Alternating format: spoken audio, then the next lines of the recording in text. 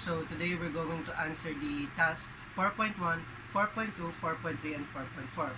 So for the next videos or next scenes, I'm not going to show my face anymore since this task, hindi naman siya kailangan ng coding, but rather we're going to have a proper analyzation of the questions so that we can answer the questions properly.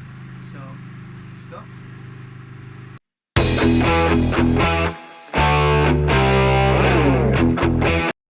So for 4.1, assuming x is 5, y is 6, and z is 8, indicate by circling T or F whether each of the following relation expressions is true or false.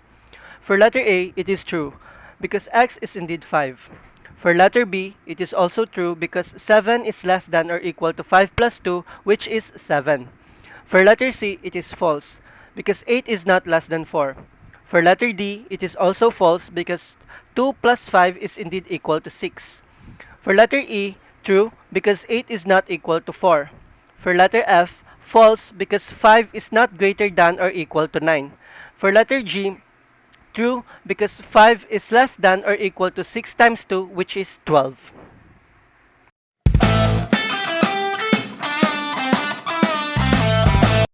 So for 4.2, indicate whether the following statements about relation expressions are correct or incorrect. For letter A, it is correct. This statement is correct in relation expressions x less than is equal to y means x is less than or equal to y, which is equivalent to saying y is greater than x. So x less than y is indeed the same as y is greater than x. For letter B, it is incorrect. Why? Because this statement is incorrect because x is not greater than or equal to y means x is not equal to y, which is not the same as y is greater than or equal to x. These two expressions are fundamentally different. For letter C, it is correct. This statement is correct because x is greater than or equal to y means x is greater than or equal to y, which is indeed the same as saying y is less than or equal to x. So x greater than or equal to y is same as y is less than or equal to x.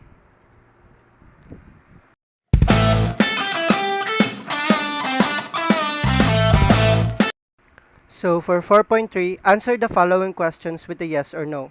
For letter A, if it is true that x is greater than y and it is also true that x is less than z, does that mean that y less than z is true? For letter A, it is yes. If it is true that x is greater than y and it is also true that x is less than z, then it implies that y is less than z. This is because x is greater than y and also less than z. Then it follows that y must be less than z for this relationship to hold true. So the statement y less than z is true, so meaning it is yes. For letter B, if it is true that x is greater than or equal to y and it is also true that z is equal to x, does that mean that z is equal to y? Is true? For letter B, no. If it is true that x is greater than or equal to y and it is also true that z is equal to x, it does not necessarily mean that z is equal to y is true. Here, x is greater than or equal to y and z is equal to x. However, this doesn't provide any information about relationship between z and y. Like for instance, if x is equal to 5, y is equal to 4, and z is equal to 5, then x is greater than or equal to y and z is equal to x are true. But z is not equal to y is also true. So for letter B, it is no. For letter C, if it is true that x is not equal to y and it is also true that x is not equal to z, does that mean that z is not equal to y is true? For letter C, yes. If it is true that x is not equal to y and it is also true that x is not equal to z, then it follows that z is not equal to y is true. If x is not equal to y and x is not equal to z, then it means that z is different from both x and y. Hence, z cannot be equal to y. Therefore, z is not equal to y is true. So for letter C, it is yes.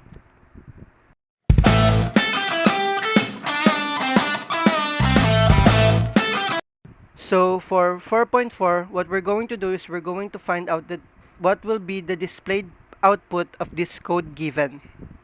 So, if we're going to run this code in our C++ compiler or any other C++, the display program will be this one.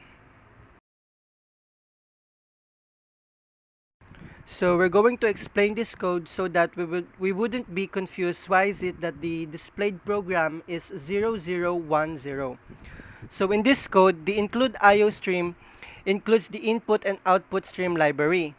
For using namespace std, this line declares that we're using the standard namespace, and this is done so that we don't have to write std before standard library functions like cout or endl.